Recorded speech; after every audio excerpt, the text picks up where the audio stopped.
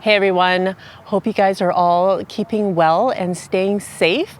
We are so thankful that we have a park nearby that we can go out and get some fresh air and go for a little bit of a walk. And we hope that you are able to do the same, at least go for a walk in your neighborhood to get some fresh air, get some exercise, and keeping your social distance away from others. If you're new to our channel, we are here to help you live out simple, ordinary, and joyful through simple cooking and simple faith.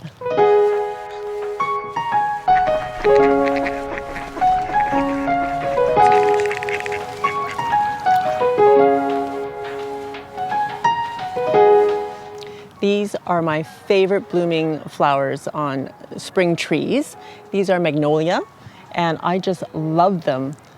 The sad part is they're only here for a couple of weeks and then all the flower petals fall off and then it just turns green. So sad. I've always been a little bit fascinated with birds.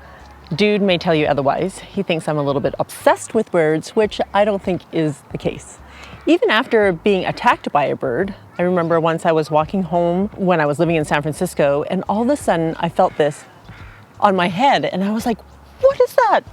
And I didn't see anything, so I kept walking, and again, and it turned out there was a bird attacking me, and I started running, and some guy across the street was like totally laughing at me, but I guess there must have been like a nest nearby where the bird was protecting its young, and so, yeah, I think I avoided that street for quite some time after that incident.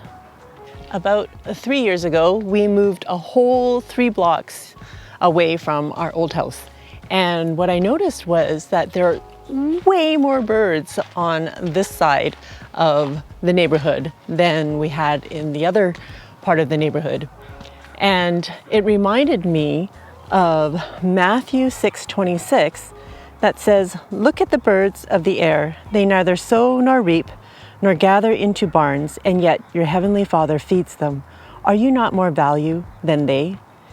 And that just made me realize how much our Heavenly Father loves us, so much that there's absolutely nothing to worry about because He is our provider. He will always take care of us. Through our 20 years of marriage, we've actually endured a lot of struggling type of circumstances. If you want to know more about those stories, you can check out our Milestones series. One thing that has remained constant is that God was always there. He is always there. And He has proven Himself faithful over and over again, no matter how many jobs we lost, or the miscarriage that we went through, or the depression that I had. God was always there. And even though we are enduring a different type of struggle right now with the coronavirus and needing to make a living during this time, God is always there. He is always faithful, and He will absolutely provide.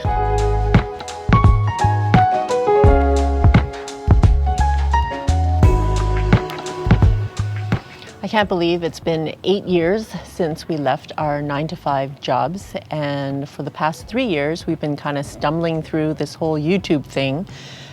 But we do this because this is what God has called us to do, even though, speaking in front of the camera is not something that I am natural at doing. And between Dude and I, he's actually the talker. I'm quite happy being in the background and not saying much at all. Being in front of the camera, I think God has really taught me to trust in Him, but also to believe that He has called me to this. And because He has, He is the one who strengthens me and allows me to do this.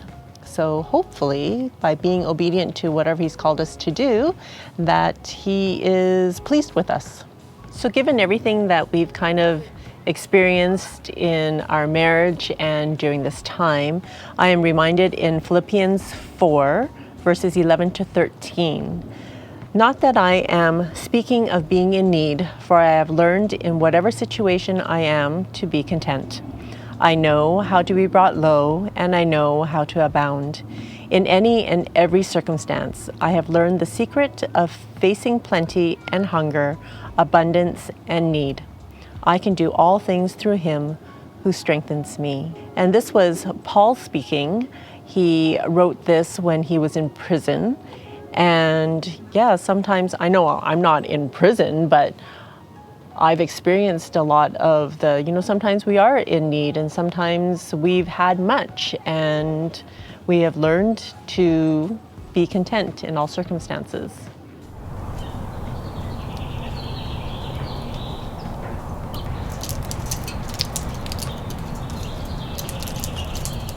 Recently, a friend gave me a bird feeder so that I can see my birds every single day. And I see about, 6, 8, 10 different varieties of birds. And it truly is a reminder that God knows our circumstances and He knows exactly what we need and when we need it. As the famous missionary Elizabeth Elliot once said, God has promised to supply all our needs. What we don't have now, we don't need now. We hope you guys are keeping safe. Be kind, love your neighbors, and stay healthy. Love you guys.